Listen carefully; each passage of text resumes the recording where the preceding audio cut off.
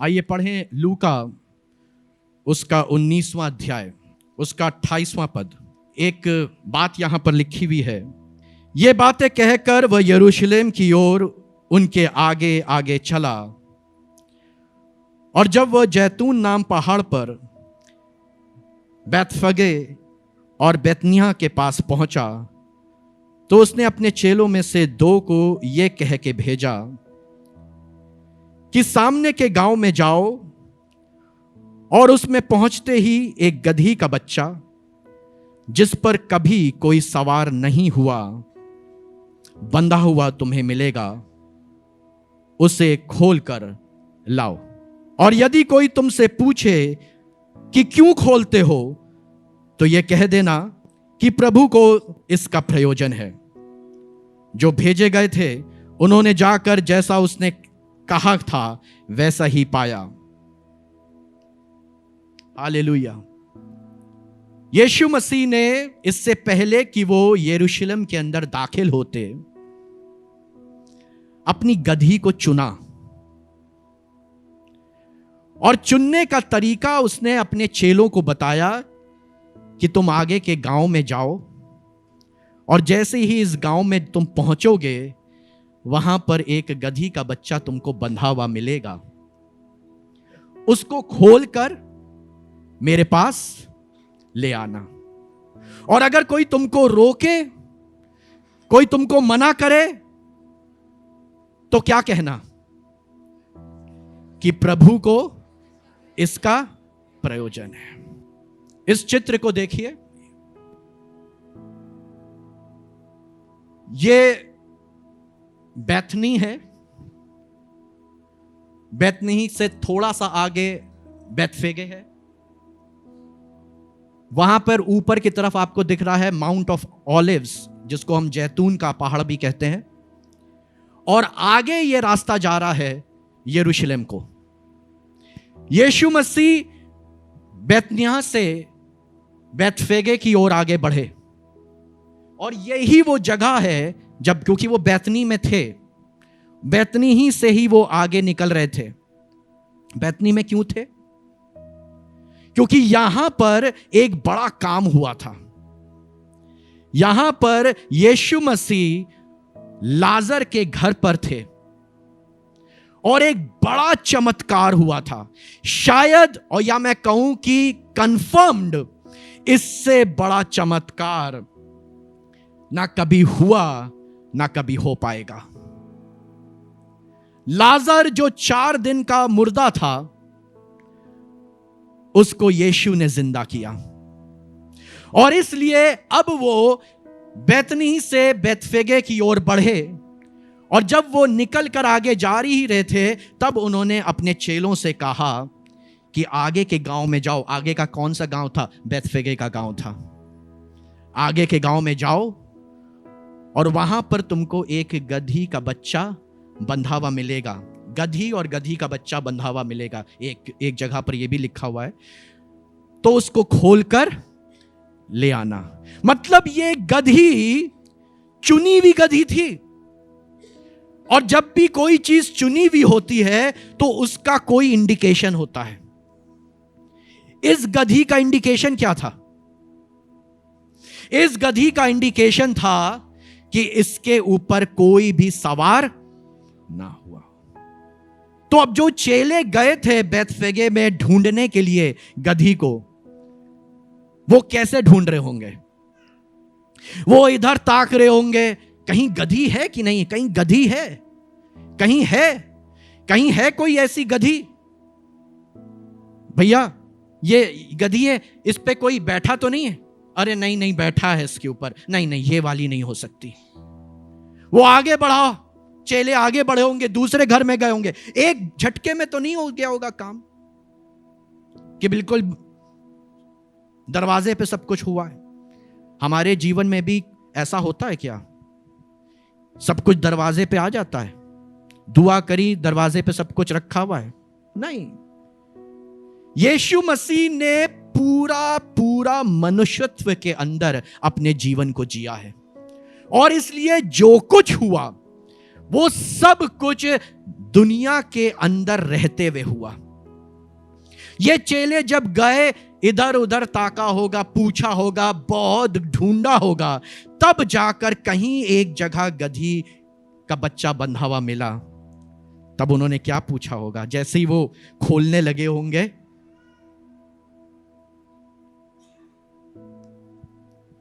तो उन्होंने उसके मालिक से पूछा होगा, ये बताओ इसके ऊपर कोई कभी बैठा तो नहीं? नहीं, इसके ऊपर कोई बैठा तो नहीं। लेकिन तुम इसको ले कहां जा रहे हो? Second confirmation. पहला कंफर्मेशन, इसके ऊपर कोई बैठा नहीं। दूसरा कंफर्मेशन क्या होएगा? जब हम ये कहेंगे कि प्रभु को इसका प्रयोजन है। क्या कोई भी मालिक ऐसे ही अपने गधे को ले जाने देगा? आपके घर पर कार खड़ी हो, सोचिएगा, अब आजकल तो कोई गधा रखता नहीं है ना, लेकिन आपके घर पे कार खड़ी है, कोई बाहर से आया, कार को खोलने उलने लगा, आप पहुंचे, पहले तो खोलेगा तो एक आजकल तो सिस्टम लगा हुआ है, सायरन बजने लगेगा, है ना, ट्यों ट्यों पूरे में, ज्यादा अगर उसके ऊपर ताकत लगाएगा। लेकिन अगर करने लगेगा, आपने सीसीटीवी में देखा, जैसा चाचा देख लेते हैं, तो तुरंत पूछेगा कि भाई क्या कर रहे हो मेरी गाड़ी के साथ? नहीं, वो प्रभु को इसका प्रयोजन है। हाँ, ले जाओ। ऐसा होता है? कौन प्रभु भैया? किसको इसका प्रयोजन है? किसको इसकी आवश्यकता है? नहीं हो पाएगा। लेकिन जब परमेश्वर का आत्मा काम करता है ना, परमेश्वर की मर्जी काम करती है, तो चीजें एक एक करके कंफर्म होती जाती हैं। आपको पूछना पड़ेगा, इस पर कोई बैठा तो नहीं? अगर वो कहता है हां बैठा है, इसका मतलब वो नहीं है। आगे बढ़ो, इसको अपने जीवन के अंदर उतारिएगा, इसको अपने जीवन के अंदर उतारिएगा। अपना जीवन साथी चुनने का तरीका मैं बता रहा हूं आपको, उसका विश्वास टटोलिएगा। अपने दोस्तों को चुनने का तरीका मैं बता रहा हूं, उसका विश्वास टटोलिएगा। इस पर कोई बैठा तो नहीं? नहीं, इस पर कोई नहीं बैठा, तो हम इसको ले जा रहे हैं। कहां ले जा रहे हो? प्रभु को इसका प्रयोजन है। प्रभु को इसका प्रयोजन है। कौन प्रभु? कौन प्रभु?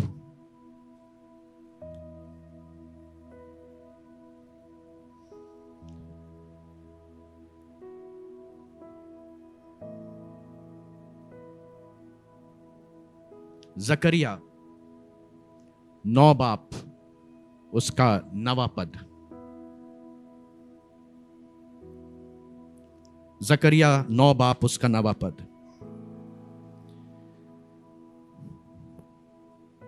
जब ये चेले इस गधी के बच्चे को ले जा रहे हैं, ऐसे वक्त में जब ये बात को पूछा गया, किसको इसका प्रयोजन है?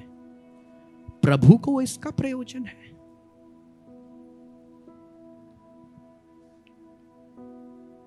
अगर ये व्यक्ति सच्चा यहूदी ना होता तो ये नहीं जान पाता। अगर आपने बाइबल नहीं पढ़ी है तो प्रभु के इन कार्यों को नहीं समझ पाओगे। प्रभु को इसका प्रयोजन है। हां, प्रभु को इसका प्रयोजन है। तुम उस यीशु के चेले तो नहीं हो जो नासरी कहलाता है। हां, हम उसी के चेले हैं। क्या तुम उस बात को पूरा करने जा रहे हो जो ऐसा लिखा हुआ है, हे सिय्योन बहुत ही मगन हो, हे यरूशलेम जय जयकार कर, क्योंकि तेरा राजा तेरे पास आएगा और वह धर्मी और उद्धार पाया हुआ है, वह दीन है और गधे पर वरन गधी के बच्चे पर चढ़ा हुआ आएगा। हालेलुया। मैं धन्यवाद करता हूं परमेश्वर का कि शायद इसके मालिक को यह पद मालूम था कि यहूदियों ने इन पदों को पढ़ रखा था कि एक दिन एक राजा आएगा जो गधी पर सवार होगा। और जैसे ही ये चेले उस गधी को खोल रहे थे, उन्होंने कहा प्रभु को इसका प्रयोजन है। क्या तुम वो वाली बात आज पूरा करने जा रहे हो? वो मसीही जो आने वाला था, उसकी कही हुई भविष्यवाणी, उसके निमित्त कही हुई भविष्यवाणी क्या आज पूरी होने जा रही है? हां, अगर ऐसी बात है तो मेरी गधी को ले जाओ, इस पर कोई भी सवार नहीं हुआ है। और मैं चिल्ला चिल्ला कर इस बात को कहूंगा कि हे सिय्योन बहुत ही मगन हो, हे यरूशलेम जय जयकार कर, क्योंकि तेरा राजा बड़ा दीन होकर गधी के बच्चे पर सवार होकर आ रहा है। यह बात मैंने सिर्फ आपको आज इसलिए बताई है कि अगर इस व्यक्ति ने परमेश्वर के वचन को ना पढ़ा होता, ना जानता होता, तो कतई ना देता, कतई ना देता। आज हम और आप भी जब यह कहा जाता है कि पहले उसके राज और धर्म की खोज करो, तो ये सारी वस्तुएं तुमको आप ही मिल जाएंगी। अगर आपने ये बात पढ़ी ना हो तो आप कभी भी इस तरह का जीवन नहीं जियोगे। अगर आपने ये बात ना पढ़ी हो कि परमेश्वर प्रेम है और प्रेम से बढ़कर कुछ नहीं, किसी भी बात में तुम कर्जदार मत रहना, किसी भी बात में तुम कर्जदार मत रहना, केवल एक में कि तुम एक दूसरे से, एक से बढ़कर एक प्रेम करो। ये बातें समझ से हमारे परे हो जाएंगी। ये बातें हम परमेश्वर के वचन की समझ ही नहीं पाएंगे। लेकिन मैं परमेश्वर का धन्यवाद कर रहा हूं कि वो अपने लोगों की आंखें खोलता है। इन चेलों की आंखें खुली, ये उस गधी को ढूंढने गए। इस गधी के मालिक की, या मैं कहूं जो भी उसकी सेवा टहल करता होगा, उसकी आंखें खुली। उसको याद आया वो तो लिखा हुआ है, और क्या ये आज होने जा रहा है? अगर ये आज होने जा रहा है तो मैं जय जयकार करूंगा, जैसा यहां लिखा हुआ है, हे सिय्योन बहुत ही मगन हो, हे यरूशलेम जय जयकार कर, क्योंकि तेरा राजा तेरे पास आएगा। वह धर्मी और उद्धार पाया हुआ है, वह दीन है। मैंने आपको एक बात बताई,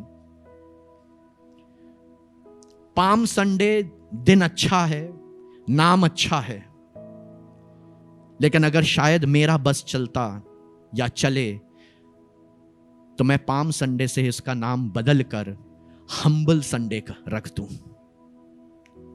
हम्बल मतलब दीन, क्योंकि अब हमें कुछ सीखने को मिल जाएगा। अब हमें कुछ सीखने को मिल जाएगा कि जब वो राजा यरूशलेम में प्रवेश कर रहा है तो प्रवेश करने का तरीका कैसा है? वो है दीन होकर वो आया है। अगर आप भी यरूशलेम के अंदर प्रवेश करना चाहते हैं या उस नए यरूशलेम के अंदर प्रवेश करना चाहते हैं, उसका तरीका यही है, दीन हो जाएं, नम्र हो जाएं। और जब आप दीन हो जाएंगे तब आप परमेश्वर के मर्जी के अंदर दाखिल हो जाएंगे। यह बात क्या आपको विचलित नहीं करती कि ऐसा क्यों लिखा हुआ है जिस पर कोई सवार ना हुआ हो। यह बात इतनी महत्वपूर्ण क्यों है? उत्पत्ति में अगर हम जाएं, उसका पहला अध्याय और उसके 26वें पद में, उत्पत्ति उसका पहला अध्याय और उसका 26वां पद, वहां पर यह सृष्टि की बातें लिखी हुई हैं, सारी सृष्टि की बातें लिखी हुई हैं। और कुछ ऐसा लिखा हुआ है, Then God said, Let us make mankind in our image, in our likeness, so that they may rule over. क्या लिखा हुआ है? फिर परमेश्वर ने कहा, हम मनुष्य को अपने स्वरूप के अनुसार अपनी समानता में बनाएं, और वे समुद्र की मछलियों और आकाश के पक्षियों और घरेलू पक्षियों और सारी पृथ्वी पर और सब रेंगने वाले जंतुओं पर जो पृथ्वी पर रेंगते हैं अधिकार रखे। अधिकार रखे। आपने कभी हॉर्स राइडिंग करी है? अगर किसी ने घोड़सवारी करी हो या किसी भी जानवर की सवारी करी हो, जानवर बैठने देगा? है? कभी घोड़े पे बैठने की कोशिश करिएगा जो घोड़ा आपको पहचानता ना हो, और घोड़े का जो केयर टेकर है उसके साथ ना हो। हम लोग ने सवारी करी है ना, कभी कभी आप ट्रैकिंग पे जाते हैं या पहाड़ियों पर जाते हैं तो वहां घोड़ों पर, खच्चरों पे बैठा दिया जाता है ना, लेकिन उसके साथ उसका मालिक होता है। हमने हाथी की भी सवारी करी है ना, हम लोग पूरा परिवार बैठ गया था हाथी पर, खूब घूमे थे, लेकिन उसका महावत उसके साथ था। यहां पर यीशु मसीह ने एक ऐसी गधी को बुलाया जिस पर कोई सवार ना हुआ हो। जिस पर अगर कोई सवार नहीं हुआ है, इसका मतलब इस गधी को मालूम नहीं है कि अगर इसके ऊपर कोई बैठेगा तो कैसे रिएक्ट करना है, और इसलिए कोई अगर नया जन इस पर बैठेगा तो ये गधी उसको उतार देगी, ये उसको गिरा देगी। घोड़े पर बैठेगा तो उसको गिरा देगी। लेकिन क्या आदम और हवा के समय में ऐसा नहीं होता होगा? यह वचन क्या कह रहा है? समुद्र की मछलियों और आकाश के पक्षियों और घरेलू पशुओं और सारी पृथ्वी पर और सब रेंगने वाले जंतुओं पर जो पृथ्वी पर रेंगते हैं अधिकार रखे। आदम बुलाता होगा, हाथी come on, today I will have a ride on you, और हाथी आता होगा, झुकता होगा, आदम उस पर बैठता होगा और पूरे बागे अदन में घूमता होगा। क्यों? शेर इधर आओ। क्या कर रहे थे? बकरी को परेशान कर रहे थे? नहीं, गलत बात। शेर भी कहता होगा। क्यों कह रहा है? शेर क्यों झुक रहा होगा? आप लोग क्या सोच रहे हैं 7 दिन के अंदर सब कुछ हुआ और सब कुछ बन के बिगड़ के सब खत्म? अरे नहीं, समय लगा होगा। आदम घूमते होंगे, हवा घूमती होंगी, पहले ही दिन ही तो सब खत्म नहीं हो गया ना, घूमे होंगे, इधर गए उधर गए, कभी क्रोकोडाइल के मुंह में हाथ डाला होगा, कभी हाथी पे चढ़े होंगे, कभी शेर को सहलाया होगा, सब किया होगा। क्यों? क्योंकि समुद्र की मछलियों और सारे पशुओं पर अधिकार मिला था हमको। लेकिन यह अधिकार हमसे छिन गया। कैसे? पाप के कारण। अब बुलाइए शेर को, आप बुलाएंगे क्या? भागेंगे शेर देखकर, हैं? भालू देखकर भागेंगे, चीता देखकर भागेंगे। अब अधिकार नहीं रहा। लेकिन इस गधी के ऊपर जिस पर कोई सवार नहीं हुआ था, इसको मालूम नहीं था कि बैठाया कैसे जाता है, लेकिन इसके ऊपर जो बैठने वाला था वो निष्कलंक था, निर्दोष था, निष्पाप था, और उसी अधिकार को रखता था जो अधिकार परमेश्वर ने उत्पत्ति में मुझको और आपको दिया था। हालेलुया।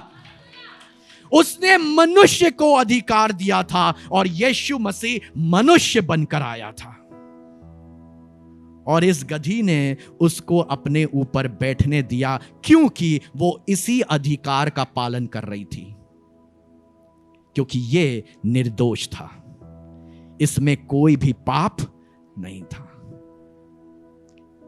वापस उसी उत्पत्ति को उठा लिया परमेश्वर ने,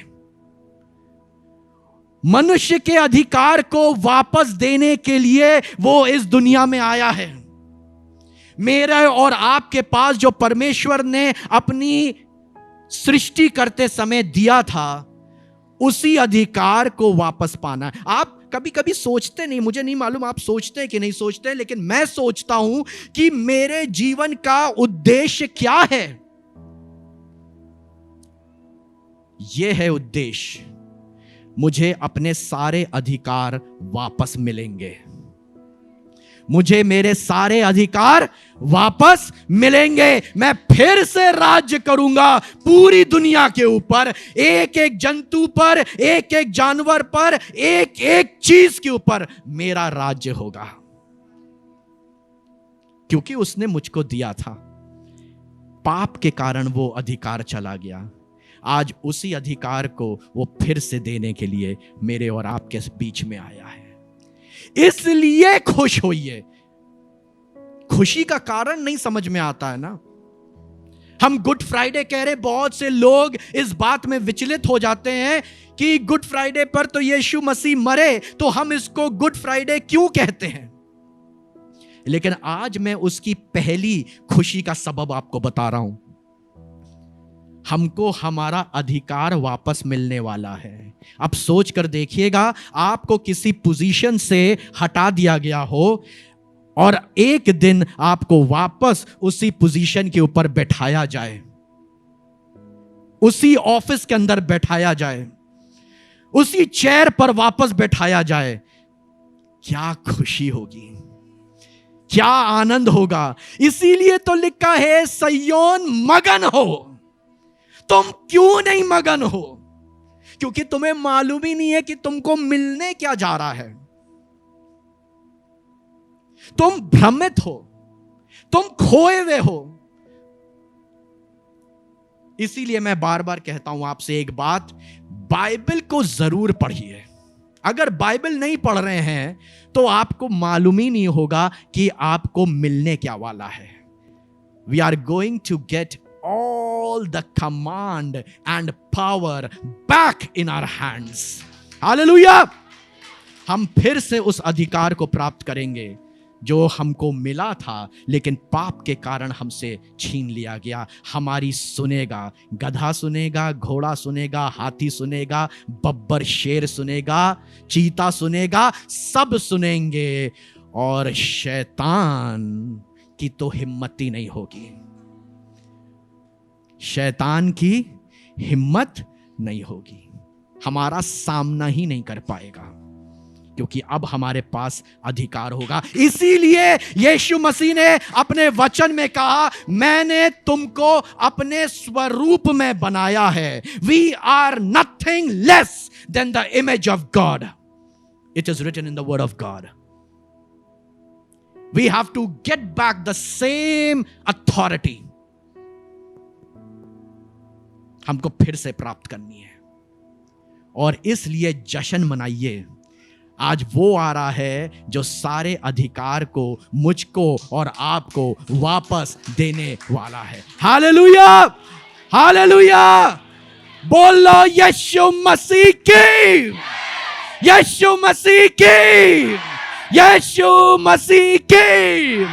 hallelujah. Praise the Lord. God bless you all.